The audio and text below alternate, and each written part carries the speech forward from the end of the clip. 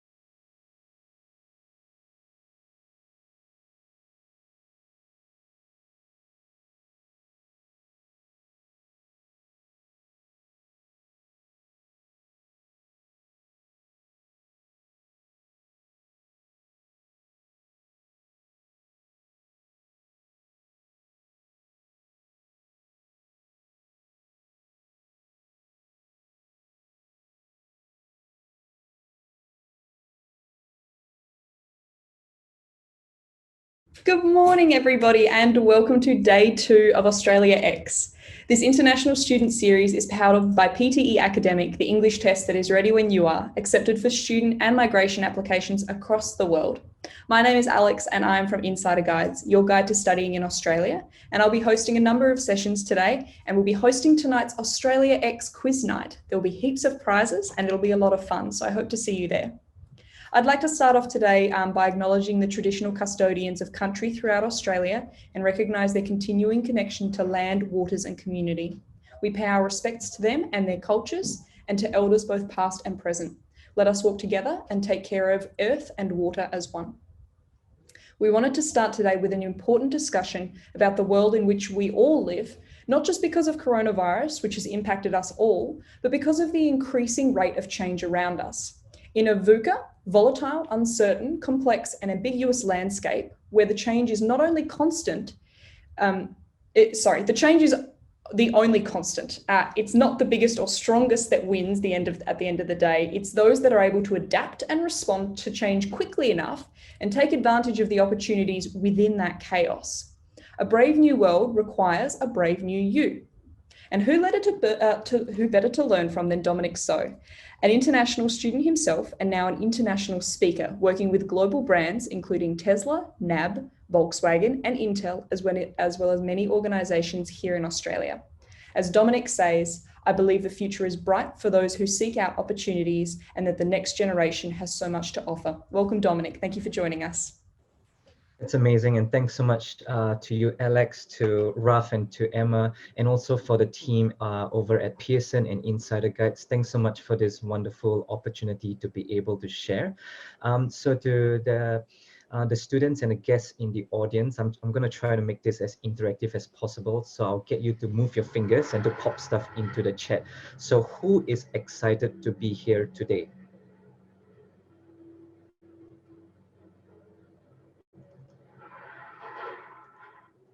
Right, cool. Okay, give me 2 seconds. Let me set up my screens as well. All right, good to hear from you, Joyce, and good to see you, Ellen, Animesh, Bori, Gagani, Joyce, Kim, Maria, and all that. So thanks so much for popping those in. So we're going to have quite a few things to cover today. So I'm just trying to make this as fun and exciting as for everyone. Okay, so just a few housekeeping rules. Remember to take as much notes as you can, because during my sessions and workshops, I advise students and guests to, whether you have a physical notebook, a notepad, an iPhone, or an iPad, do take down notes. All right. You don't necessarily have to take down things from the slides themselves, because we will we'll send out the slides to you. But if there's any insight or nugget which stand out to you at that point of time, you want to capture that moment. All right, so make sure you take down things which jump out to you from the slides itself, because you don't want to miss that moment. All right, do ask questions. So we're going to leave some time for Q&A because there will be some things which you might be thinking of. So feel free to pop it into the chat box, or even unmute yourself if it's easier compared to typing. And then we'll leave some time to address some things which might be on your mind. All right, cool. So can everyone pop in where you are tuning in from? We'll be keen to hear where's everyone situated right now. Okay, so Joyce in Melbourne, Ellen from Melbourne, Emma from Sydney, Brisbane, Sharon's in Brisbane, Kim from Sydney, Vivian from Sydney, Animesh, wee hours from India. Thanks so much for tuning in with us. Maria, Philippines, and I think that's just a few hours behind Australia, so not too early. So for those in different time zones, thanks so much for joining us. It's great that we are able to leverage on technology to meet, but we will love to meet face to face once things ease up in the world. Cool. So one other thing which I want everyone to be involved in is this. So if, as we go through the different ideas, concepts, and materials in the slides and all that, if you have learned something that is an insight or revelation, pop in AHA into the chat box. All right. So maybe you've learned something new for the first time. And if you've realized that you've been doing something wrong, or if there's a reality check or kind of like a wake-up call, or maybe a slap in the face and all that, you can type in OMG. So I'll be keen to see how we all respond to the different ideas and concepts as we go along. All right, cool. So a bit about myself, if you're wondering my background. So my name is Dominic, and I've spoken on the TEDx stage twice.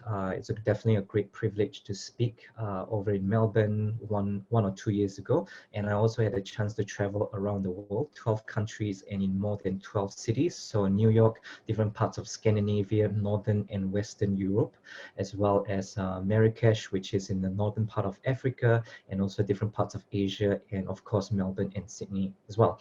My story has been featured on several media outlets, The Age, Sydney Morning Herald, entrepreneur.com, and all that. I was a former infantryman in the Singapore Army, or the Singapore Armed Forces, before coming over to Australia to do my postgrad studies. I'm also an author, and I love a lot of long distance running as an ultra marathoner. So in my life, I've done 6 full marathons, which is 42 Ks. I've done 2 50 km ultra marathons, and I've done 3 100 km plus ultra marathons. So one of my longest races in terms of time duration was a 100 km event in 30 hours. And I did it within that 30 hours without any sleep at all. And for one of the events which has the longest distance, it is 115 kilometers itself. So definitely a lot of resilience there, which I've been using. So keen to share those with you. Also, in terms of the career side of things, coming as an international student, I was rejected by employers 526 times over the course of 1.5 years during my job search journey. So if anyone is struggling, or if you're finding it challenging, I can totally relate. I did experience a degree of racism in my job search, and I was also fired from my first job out of university. So definitely a lot of setbacks, but nevertheless, you can always find ways to use adversity to your advantage, which is why resilience is so important, to be able to bounce back and to move forward despite the challenges you might be facing. So these are some of the organizations I've spoken with. The top right hand side was a couple of years ago with the Tesla stuff over in the Melbourne office. Bottom left is with the Google stuff in the Singapore office, and bottom right is one of my favorites. So that is over in Marrakesh in Northern Africa as part of the African Youth Leadership Summit. So always a pleasure and privilege to share different ideas, to meet different people, because as much as I'm talking a lot today, I'll also be learning from you, and that is how we can all progress forward together. All right, cool. So who's excited? Because we're going to cover quite a bit of things today. All right.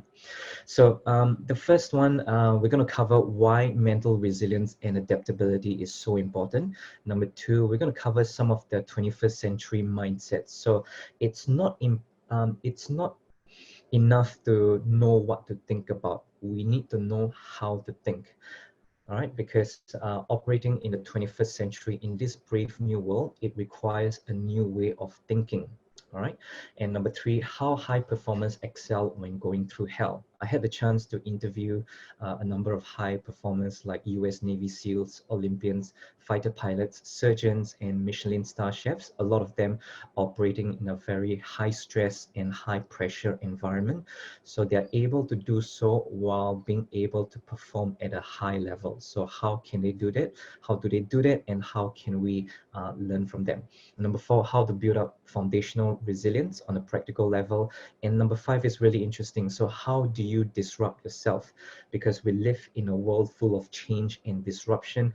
And if you don't disrupt yourself, most likely something or someone else will come in to disrupt you. So it's always better to do it yourself first before some other entity comes in to do it. Right. So first and foremost, why mental resilience and adaptability? Because the world is changing really fast. If you can see here, this is a list of a number of well-known and gadgets, inventions, and products which we are all familiar with. So you can see the timestamp below, and that is the amount of time it took for each product or gadget or invention to acquire 50 million users. So airlines, 68 years for 50 million people to use them. Television, 22 years to reach 50 million people. The computer, 14 years. The iPods, 4 years, which is just not too long ago. YouTube, Facebook, 4 and 3 years respectively. Pokemon Go, it just took 19 days to reach 50 million users. So things are going very quickly. Things are becoming very fast, and especially in this connected and digital world. So the world is changing, but the rate of change is increasing even faster. So therefore, it's important for us to develop resilience and adaptability, not just to survive, but also to be ahead of the curve. Right? And if we look at the world around us, if you look at the news, there is no doubt that we live in a very uncertain and even turbulent world. So the pandemic, the tension between US and China, volatility in the stock market, potential crashes, going through a recession right now, the Australian bushfires, which affected a lot of us a couple of months ago, and also the Brexit and all that. So actually I created this slide a few months back, and it's still relevant today because different events in the world can have a ripple effect to other parts of the world. So if someone does something at a certain point in time in a certain part of the world, if someone makes a certain decision, makes a certain tweet, or makes a certain comment about something or someone else, the effects can be felt even on the opposite side of the world. So things are very connected, things are very intertwined now, and that is the nature of the world which we live in. I like to show this picture because this was a resilience workshop which I did for some of the finance and brokerage teams over in NAB, or National Australia Bank, just a few years ago. And you can see their smiley faces. We had a lot of fun, a lot of activities which we could do in a face-to-face context. So definitely we'll do that once things ease in the world. So the reason why I show this picture is we had a lot of fun, a lot of interaction and engagement. We got people involved in different activities. They sat around in the different groups and clusters, and we did a lot of fun stuff. for sure. But interestingly, just about a few days or 1 week after, this came out in the news. So at a point of time, NAB announced that they were going to cut 6,000 jobs over 3 years. Yeah, so this was advertised in different media outlets. So it's really interesting, and I think it's maybe it's even divine that I managed to get to run the resilience workshop for them before they made this major announcement, because the fact is that anything can happen in life. You know, life can throw curveballs at us, life can throw bricks and lemons at us. We never know what's around the corner. So resilience is definitely important for us to stay ahead of the game and to be prepared just in case things happen, right? In this slide, so life can be explained with two circles: the smaller circle, which is your comfort zone, and the bigger circle, which is where the magic happens. So pretty much whatever dreams, goals, aspirations, or ambitions which you have, whatever that you're looking for, they lie outside of your comfort zone, and all you have to do is to step out to grab them.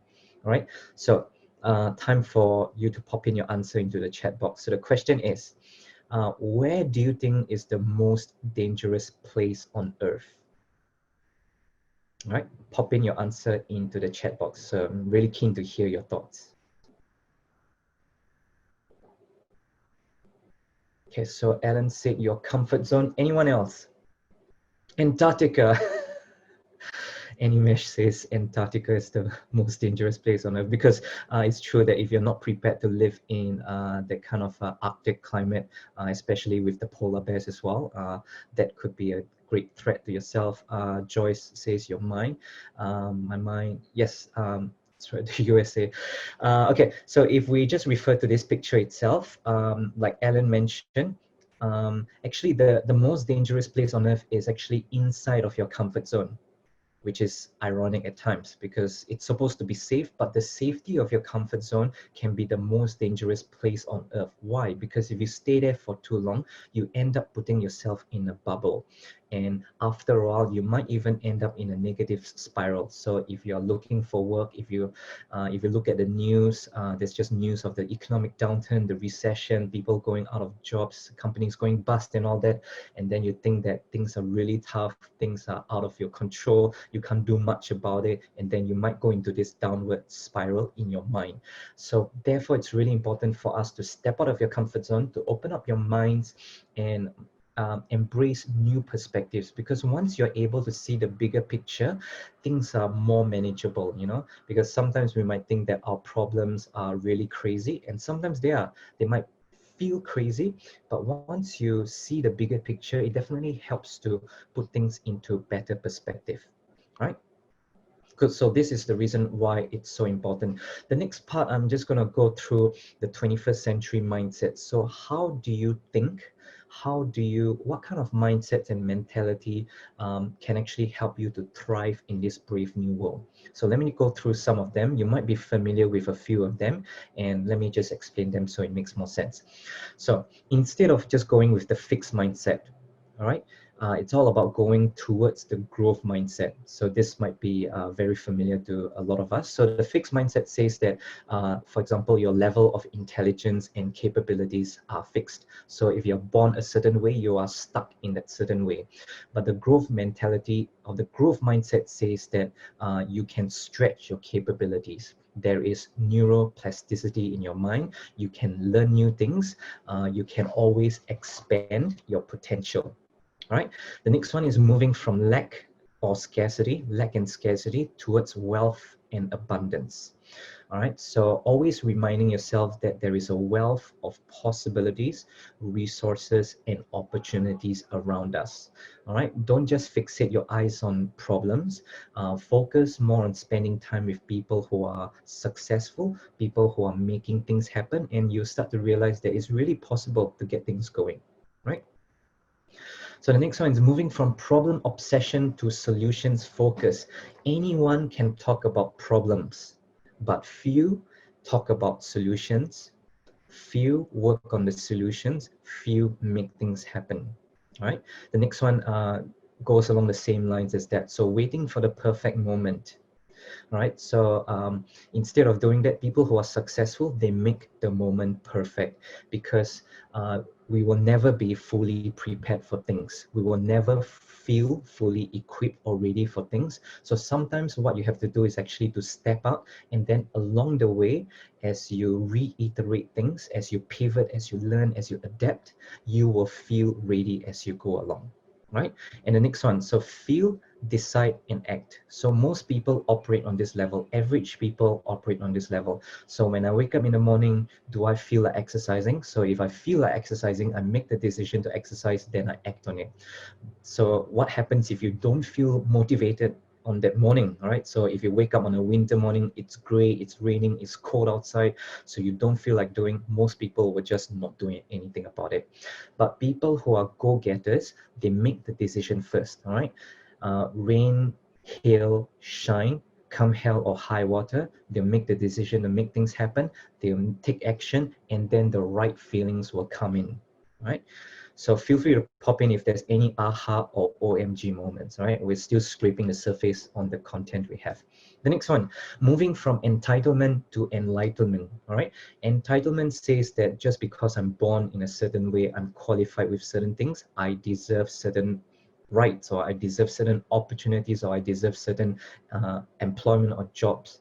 But enlightenment says that what can I learn to improve my chances of success? How can I be a more value-added individual? Right? Entitlement says that I deserve the job. Enlightenment asks the question, how can I be a better candidate to add value to my employer? Right? You notice there's a big difference. The next one, working smart and not hard. But if you want to thrive, you need to work both smart and hard. You need to be strategic about things, but you also need to be diligent. Okay? Change the past, moving towards creating the future. Most people are still stuck in the past, you know, the good old days. They wish that things were still okay in the world. And a lot of times, sometimes it's normal to feel that way because we have emotional attachments to the norm, right?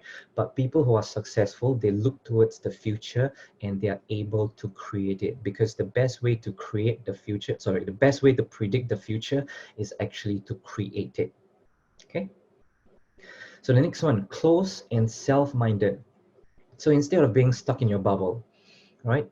It's all about being global minded. So opening up your mind, opening up your eyes to see what's happening in the world, to see the trends, the developments, and as well as the opportunities. Because the more you open up your eyes, the more possibilities you see.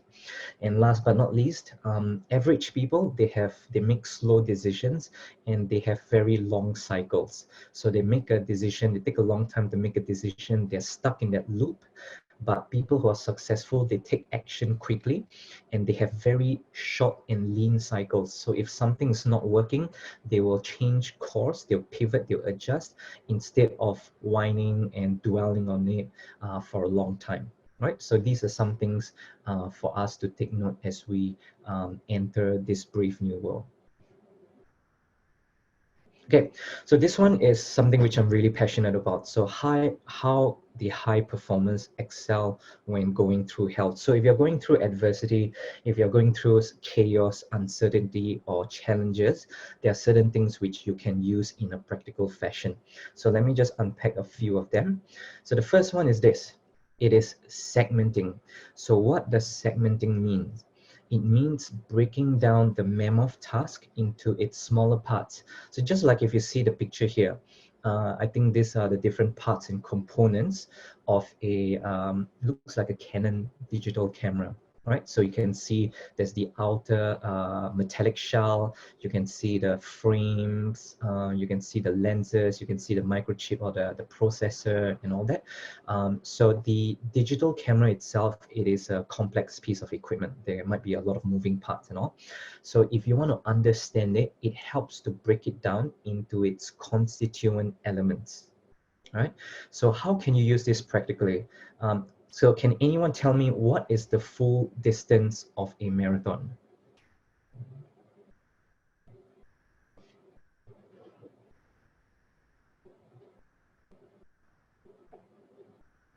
Okay, so Sharon, thanks for that.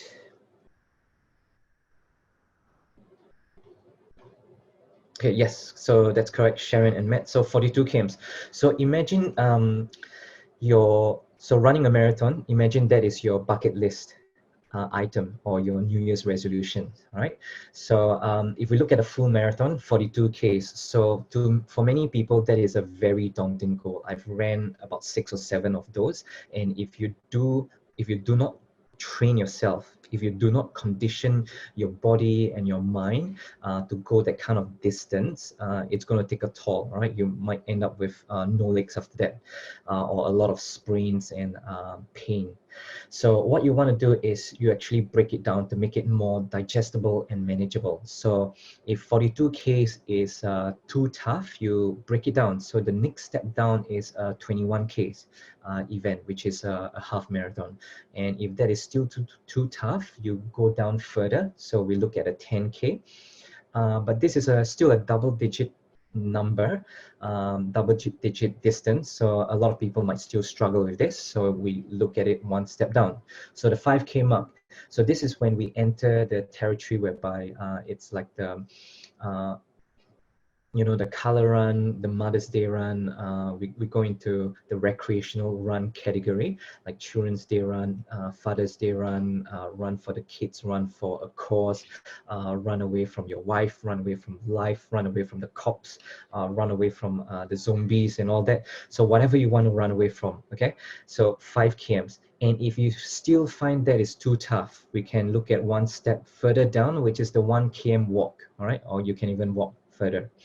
But for those people who still find this really tough and challenging, what you can do is actually to just go to the park itself. Go to the place where you're supposed to run. You don't have to run, just touch it physically, and then you can go home, right? But if you still find it really daunting, then what you want to do is just get dressed. So put on your gym clothes, put on your active wear, put on your running shoes, and you're all set. And if that is still too hard, right, then just get out of bed. Okay, so you notice that we've broken down a very seemingly challenging goal, the 42 km marathon, and then we break it down all the way to getting out of bed. So whenever you face a challenging or a daunting goal, you can work on this on a top-down fashion, or you can work on this bottom-up. All right, so if we work on this top-down, is basically just breaking down the 42 Ks. If that is still too tough, we go down to 21. If that is still too tough, then down to 10, then down to 5. Then if you find a 1 km walk around your park manageable or around the track, then you start from there as your baseline and you work yourself up. Okay. If you want to work from this bottom up, you can start with getting out of bed, right? So every one of us have got out of bed today. That's why you're tuning in. That's amazing. So getting dressed, all right? So I hope that you're properly dressed, but I can't see because your webcams are turned off. So I just trust that you're decently dressed. So if you can do that, then you can get dressed into your active wear. Then the next one is, can you get to the park? Then yes, today I can get to the park. And can I just go for a short walk? Maybe, maybe not. Okay, I'll just push myself, get the walk done. Okay, so that's your baseline, and then you can work yourself up from there, right? So whatever daunting tasks, goal, or aspiration you have, you can actually use segmenting to your advantage. So another example is if you are tasked to plan for a friend's wedding. So a wedding is a very complex machine, right? There's so many moving parts. So a wedding is comprised of things like the venue, the catering, the photographers or the videographers, or both if you want them, music or the DJ, the flowers, the decor, the attire, transportation, the stationery, the favors, the cake, and everything else. All right, so you can see that there are many parts, but once you break it down into its smaller parts and attack it bit by bit, it starts to become more manageable. You can start to delegate some stuff to your other friends who are keen to help out, and then you just do it bit by bit. Okay, so this is how you can use segmenting. The next one is this thing called the 40% rule. So it means that whenever you think that you are done with something, or if you think that you're done for the day, or you do not have enough energy to push on, or if you do not have any juice left, you are only 40% done, right? So can anyone tell me if you do have an assignment which is due today, which is due in 1 month's time, and you have 30 days to work on that assignment, what do you think is your level of productivity for the average student? So feel free to pop it into the chat.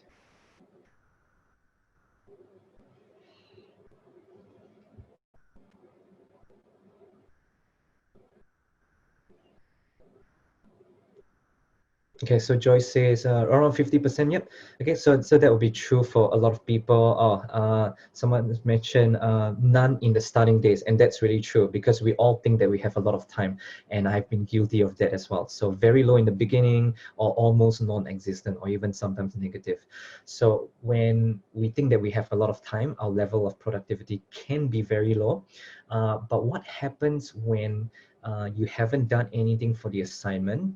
And it is and your grades, it will affect your GPA, and the assignment is due tonight. So if that happens, your productivity will skyrocket. It will be 100% or even 1,000%. You will suddenly become a superhuman. All right, so let me just type this thing down for all of us. So the hard one. Okay, so I've popped this. Sorry, that was to all the panelists. Let me just share this with everyone. Okay, so the why is more powerful than the how and the what. All right, so what do I mean by this? So when the why is strong enough, when the purpose for doing something is strong enough, the how and the what will usually take care of themselves. So for example, if you don't finish that assignment, you might have to defer and do that subject again, which might affect your graduation date. All right, so if that's the case, you will do whatever it takes to get the assignment done. You squeeze out whatever juice you have, you will find unseen or unknown capacity in you to just carry on. Right? So whenever you think that you are done, or when you think that you can't go on anymore, always remind yourself of the purpose and for the reason why you've started in the first place, right? Because if the reason is strong enough, you will find a way to get it done. Okay. The next one is this called visualization. So visualization is all about seeing something mentally first before you see it physically. And we can all attest and relate to this because our mind has this capacity to think of the worst case scenarios. So if I tell you to not think of a pink elephant right now, almost all of us will instantly visualize a pink elephant. So it's very hard to tell your mind what not to think about. So instead of doing that, focus on what you want your mind to go towards. All right. So for example, if instead of telling yourself to not be distracted, tell yourself to focus on the assignment. All right. And for example, if you're learning how to drive, instead of telling yourself to not hit the curb, you need to tell yourself to go where the road is. All right, because if you keep telling yourself to avoid hitting your curb, the mind keeps focusing on the curb, and guess where you head towards? You will go towards the curb. All right, so instead of focusing on what to avoid, focus on what you want to attain. Right, amazing. So I can see a lot of ahas from those. So use the power of visualization. All right, because people who are Olympians and elite athletes, they use visualizations to their advantage. There was an interview conducted on Michael Phelps's coach, and the coach was saying that before Michael jumps into the pool, he's actually able to visualize himself doing the laps, swimming all the way to the end of the pool and coming all the way back, and he knows exactly the number of strokes to take. So pretty much he's already done the race in his mind before he does it physically. So whatever you want to do, win the battle in your mind first before you do it physically. All right, if you're going for a job interview, visualize yourself carrying yourself as a professional, as a world-class individual, having a confident conversation and engaging time with the employers. Right, so visualize, focus on what you're looking for. The next thing is this. So front side focus, what does this mean? So because the world is very commoditized, the world is very noisy, there's a lot of distractions around us. So what you want to do is to keep your eyes on the prize and to stay in your lane. Because if you want to hit a target, like this soldier here, maybe you're in a gun range and you want to practice on some targets, what you have to do is to locate the target, and then you can see he's looking through the scope of the rifle. All right, and that is how you hit the target accurately. So when he's taking aim, when he's concentrating on hitting the target, he's actually tuning out the noise and the distractions around him, because pretty much everything else is a trivial issue. It's a triviality. It is a distraction. It is all secondary. All right. So if you're looking to find employment, you need to focus on that. Focus on the things that are within your control, because the things that are beyond your control, it's none of your business. You can't do much to influence them, but what you can do is to focus on things which are within your control. All right. So think about what things you need to focus on, because we think that we can multitask, and we can't really multitask, and there's been a lot of research done on that. We are basically switching from one task to another very quickly, but the danger in doing that is that when you switch back to certain tasks, your mind has to switch gears. You have to go back into the zone again. So instead of doing that, just focus on the task which you have to do. Once it's done, then you can take a break, or you can focus on the next item, right? So front side focus. Okay, so what are some things you can do to build up practical resilience? There are a few things, and I have this thing called the DRIVE framework. So decision, relationships, identity, visualization, and execution, right? So DRIVE. And let me just explain that. So decision, D.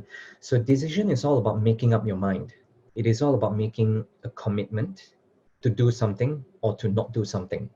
Because if you keep sitting on your fence, if you keep sitting on the fence, when things get tough, all right, when things get stressful, when your mind and your body is put under stress, you will tend to retreat to the easier option. For example, if you haven't made the decision to work on your assignment, what happens if your friends ask you to hang out, or to go to the movies, or just to chill out and all that? Most likely you'll join them, because your mind isn't set on any options.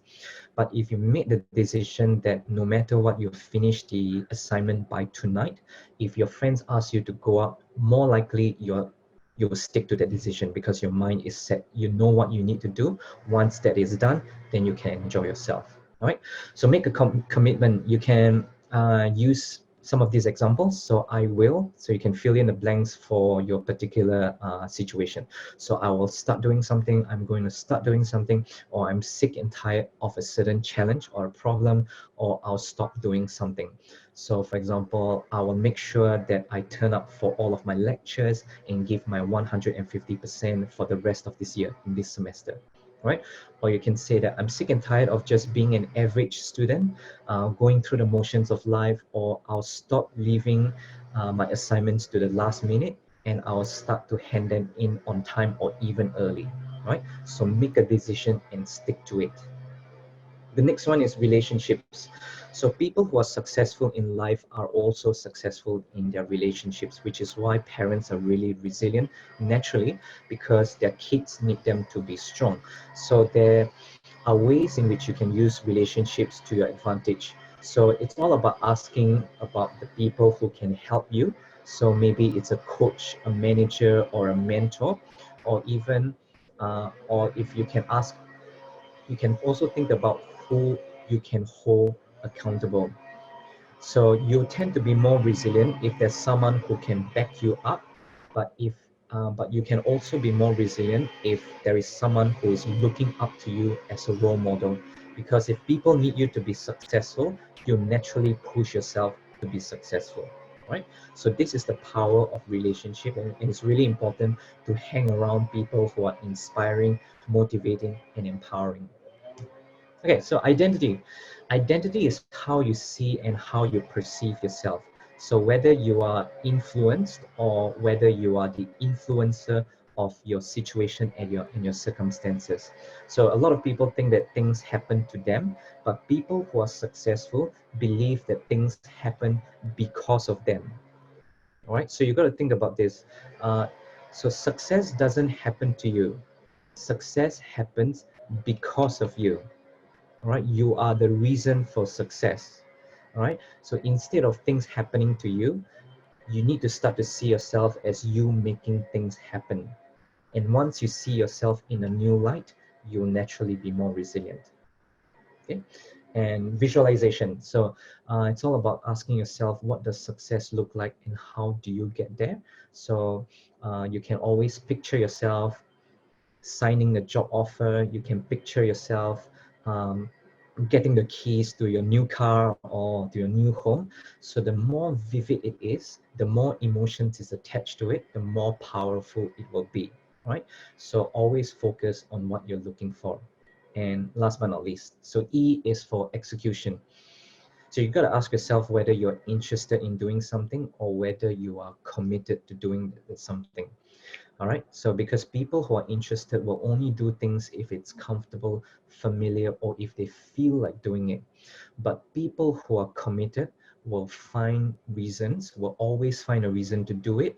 They will do whatever it takes to make it happen. Right, so you need to ask yourself whether you're just merely interested in making things happen, or are you actually committed to your goals? Big difference there. Okay.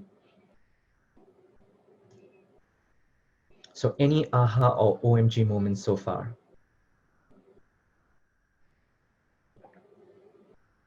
We've covered quite a bit of materials today. Okay, amazing. Thanks for that, Vivian. Lots of both, Sarita. Okay, that's really good to hear. So glad that you guys are taking a lot out of this session. Okay, so the last section, it's really interesting because this is something which is added not too long ago, because we know that we live in a world full of change and disruption, AI, automation, machine learning, robotics, and all that. So all these things could potentially disrupt our ways of life and also our careers and our livelihoods. All right. So what is one thing which you can do to make sure that you are ahead of the curve? So let me share this little idea with you. Okay. So I call this the S curve. So pretty much whatever skill you are taking up, all right, whether it's learning how to drive, whether it's learning how to code, whether it's learning how to use a software, all right, whether it's learning on the job itself, whenever we learn to do something new for the first time, we pretty much go through this S curve, right? So the vertical axis is the growth or the level of performance, and the horizontal axis or the x-axis is time, right? So you can see things pretty much follow this S curve. So this S curve can be broken down into three parts. So at the start is inexperience and infancy. Then once you get the hang of things, you go into the engagement and development phase. And last but not least, you finish with mastery or maturity. So for example, if you're learning how to drive a car, right? Imagine, especially for those who have your licenses, imagine the first time you've sat in the driver's seat, everything feels unfamiliar. The steering wheel feels very daunting. There seems to be a lot of controls, buttons, dials, and signs and indicators on the dashboard and all that. So it feels quite overwhelming. So pretty much we're in the infancy stage, right? We're starting there. And then you go for your driving license lessons with the instructor. You're still trying to get your head around things. You're stalling the engine, the car is really jerky, and then you feel really scared once the car starts to move. We've all been there, right? So after a certain period of time, there is a bit of growth, all right? So not a lot of growth, but there is some improvement, okay?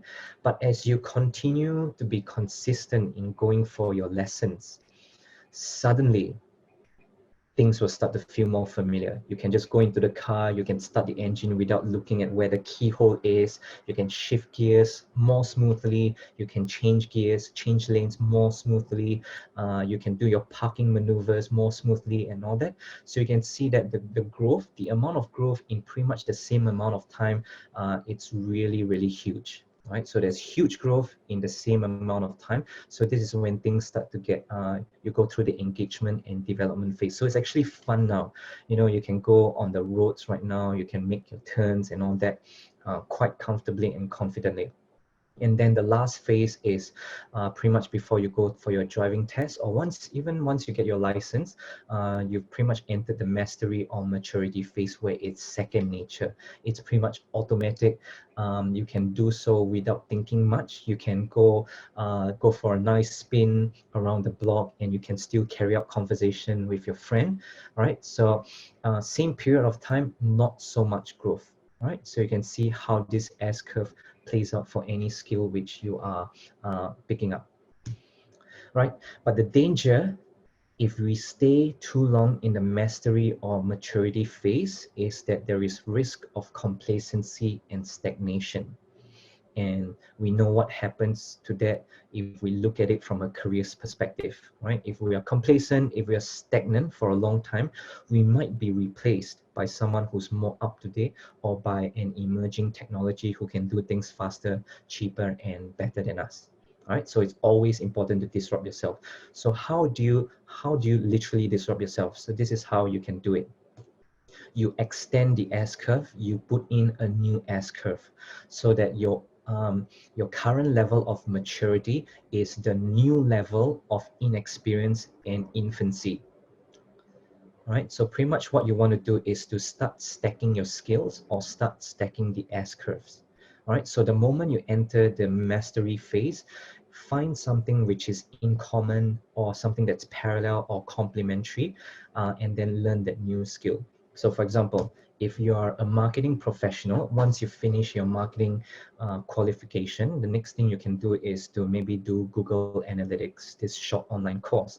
And once that is done, you can start working on copywriting to extend your S-curve, right? And once you're familiar with that, then you can go into maybe consumer psychology. So all these are skills which are very relevant to your current profession.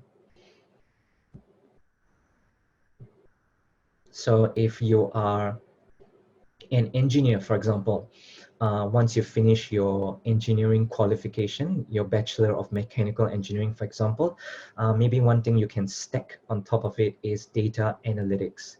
And once that is done, you can look into change management, or maybe project management. And then once you're familiar with that, you can stack that with agile, right? Agile ways of working, agile methodology, lean or Kanban, for those who might be familiar with these kind of things, right? So you can see that you're constantly stacking, and that is literally how you go to the next level, right? You're creating like this, this staircase, okay? Cool, so the key question you need to ask yourself is what does your next S-curve look like? So if you've been doing something for a long period of time, you're really familiar, you're really confident and competent, that's really good, all right?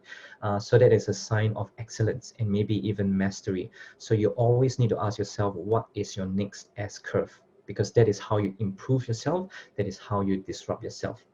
So this lady here, 85 years old, she is studying AI and humans in the workforce. So definitely this lady has found her next S-curve to tackle, right?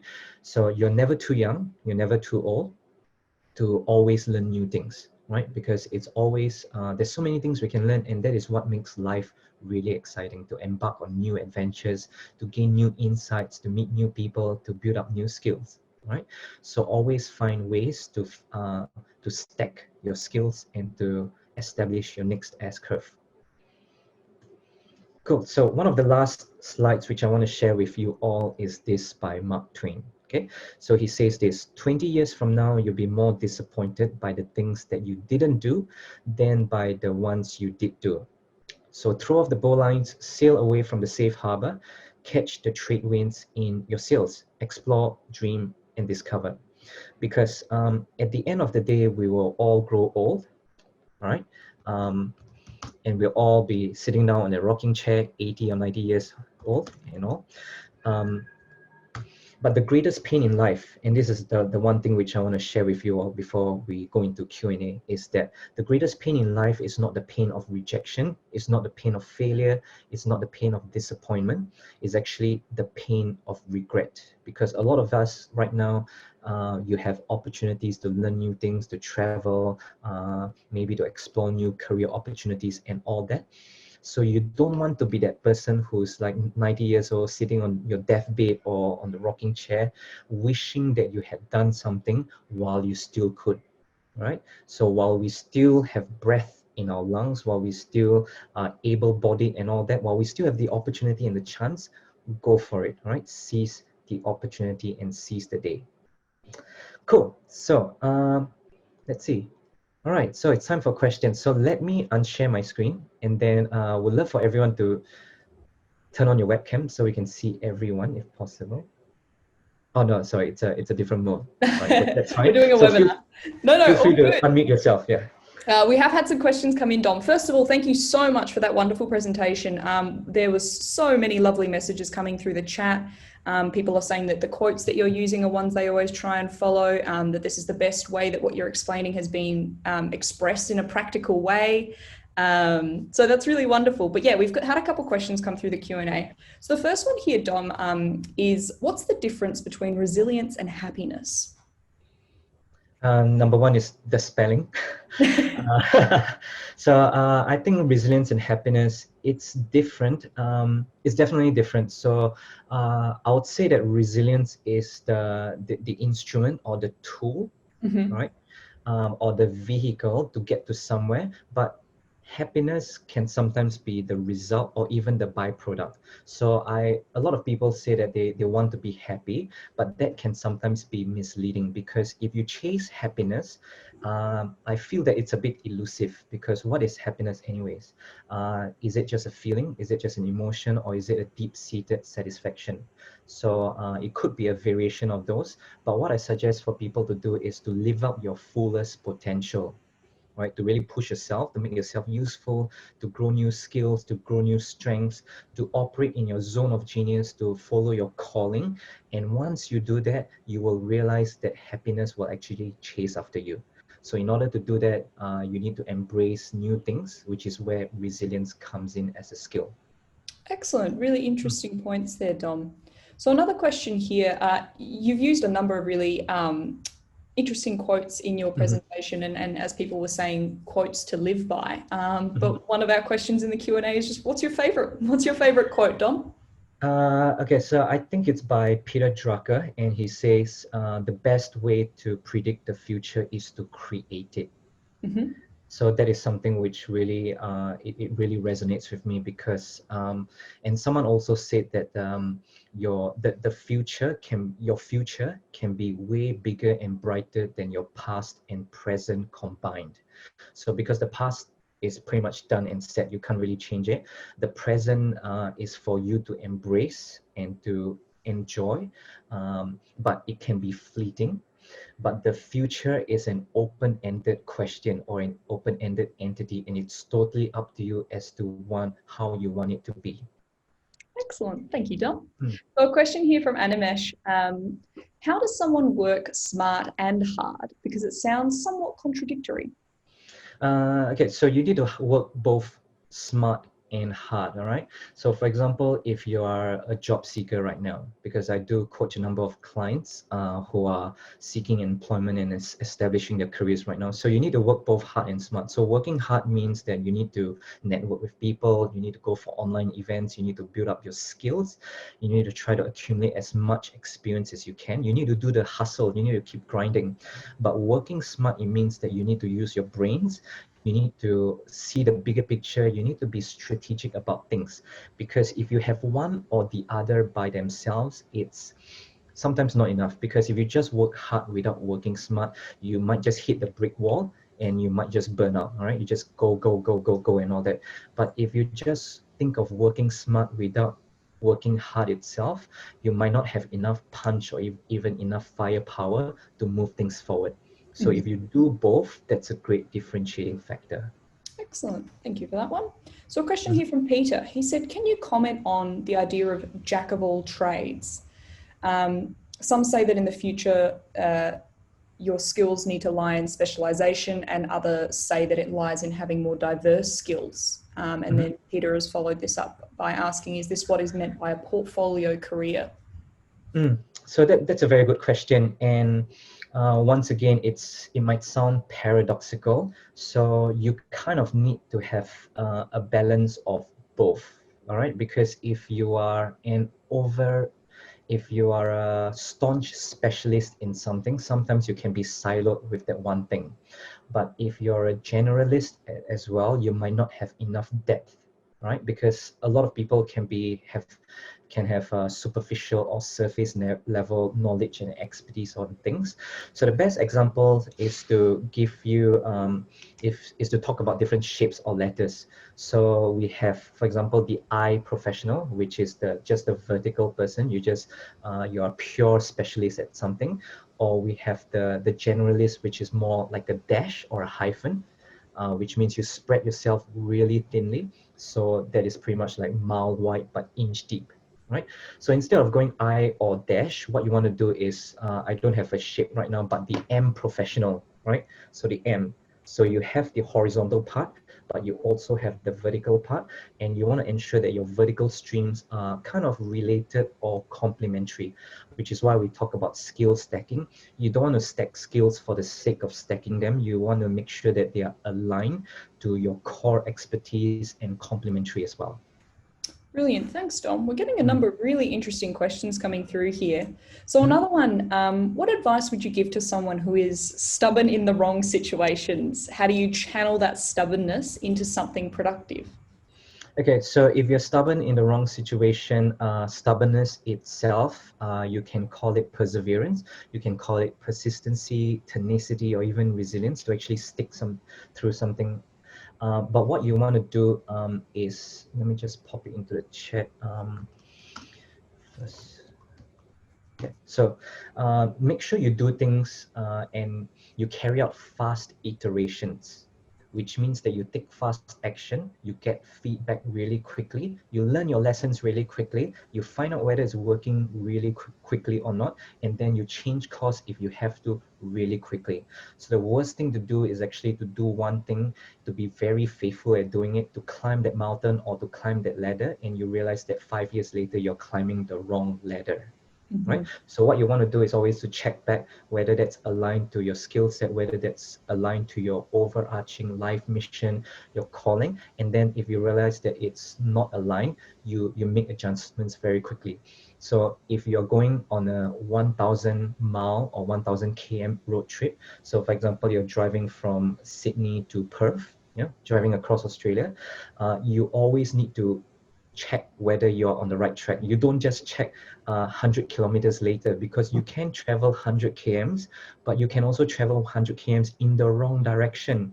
And by then you'll be wasting a lot of time and fuel, right? So check it incrementally, and that is where the fast iterations come in.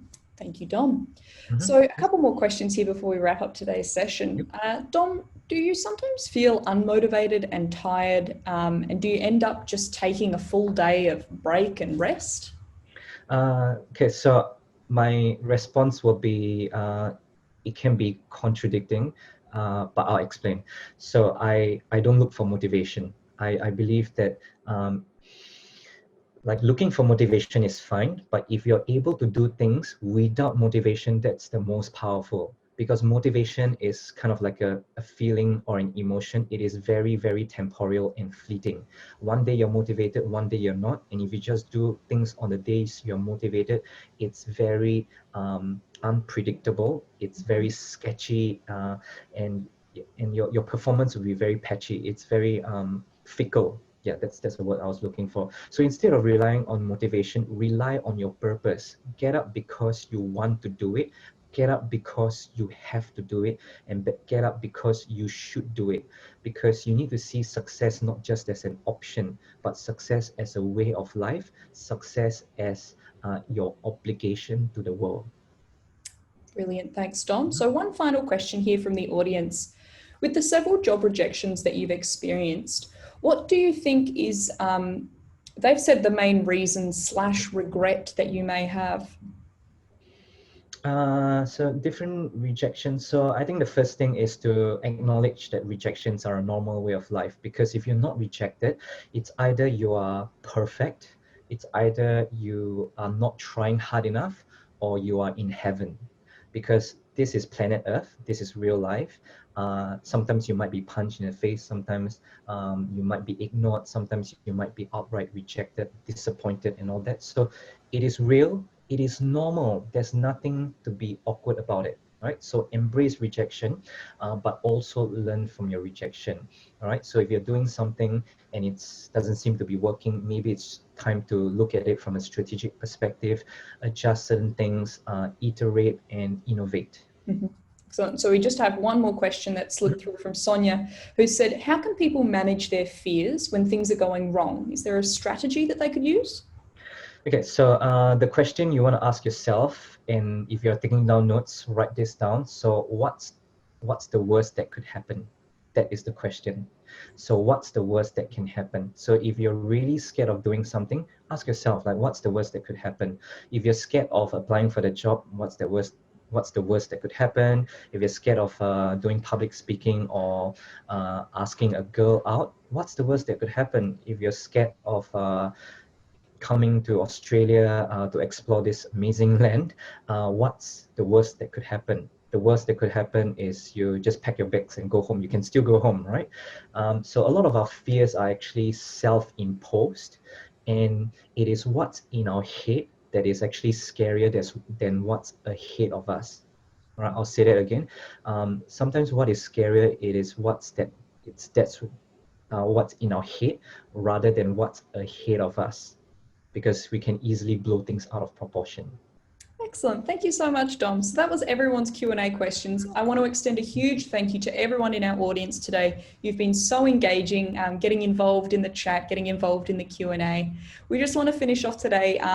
Dom is actually hosting a webinar called Get the Job Fast, which we'll pop a link to. Dom, did you want to just explain a little bit about that webinar, what people can expect? Yes, exactly. So I'll be going through some practical tips, tools, and handles, especially for those who are struggling in your job search. So if whether you're a fresh graduate, final year student, or if you are an experienced professional looking for a career change, that is something which would love to see you at, because I'm basically going to distill some of the lessons I've gotten, which allowed me to secure employment within just 8 days. Right, so that is something, if it's relevant for you, if you find that's useful, make sure you sign up, and looking forward to seeing you there. Excellent, thank you. And there's also the Careers Success Community WhatsApp group, which we'll pop a link to. Could you tell us a little bit more about that? So that is where we communicate through WhatsApp. So if you have any questions along the way, you don't have to wait to come to an event to ask me. So I'll be sharing some content as well. You get early notifications of different events that's coming up. So that's a little community where we can just stay connected even outside of certain events. Mm-hmm. Brilliant. Thank you so much, Dom. So we've just launched a quick poll here at the end. I want to thank everyone again for getting so involved with today's session, and an enormous thank you to you, Dom, for all of your time today. I hope that people are coming away with interesting quotes and coming home with strategies and things to consider when they kind of get up in the morning and start their days, especially during such a difficult period for everyone. So again, just to remind everyone, the links to Dom's WhatsApp group and also the webinars are all in the chat now. And I hope to see everyone in future Australia X sessions. So thank you so much, Dom. Thank you so much, Alex. And thanks so much for everyone for joining us. Definitely stay in touch, and we'll see you all soon. Brilliant. We'll see you all soon.